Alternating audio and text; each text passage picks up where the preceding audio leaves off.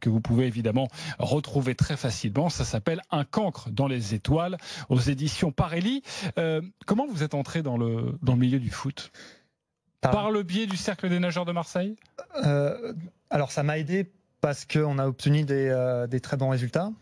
Après, c'est la rencontre avec Julien Fournier, qui lui...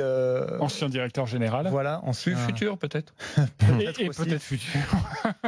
En tout cas, voilà, il est toujours à la recherche d'idées pour développer l'OGC Nice, quand il était directeur général.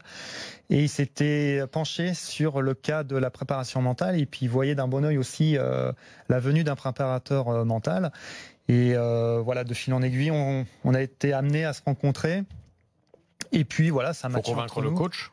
C'était Lucien Favre à l'époque. Alors c'était Claude Puel. Claude Puel. Normalement, j'aurais dû commencer à travailler avec Claude Puel, donc je l'avais rencontré aussi. Et voilà, on avait déjà commencé à mettre des projets ensemble. Et puis finalement, ça va très vite dans le monde du foot. Je me suis retrouvé avec Favre. Et il était réceptif.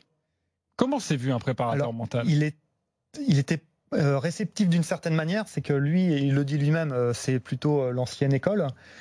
Et après, il m'a donné carte blanche en fait. Comme il a vu rapidement que je pénalisais pas l'équipe ou que voilà que c'était les joueurs venaient me voir, donc il m'a dit bon, tant que ça pénalise pas l'équipe, on continue. Et puis après, donc j'avais carte blanche et puis surtout on a fait un gros travail avec les adjoints.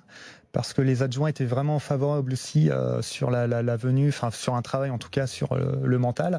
Donc on a pu mettre en place vraiment des choses concrètes aux entraînements et on travaille conjointement en fait avec les adjoints aussi, avec Lionel Letizy, avec les gardiens de but. Donc voilà. Après moi mon job aussi, c'est travailler avec la cellule médicale, évidemment avec le staff technique, et puis voilà, ensemble constituer une structure vraiment.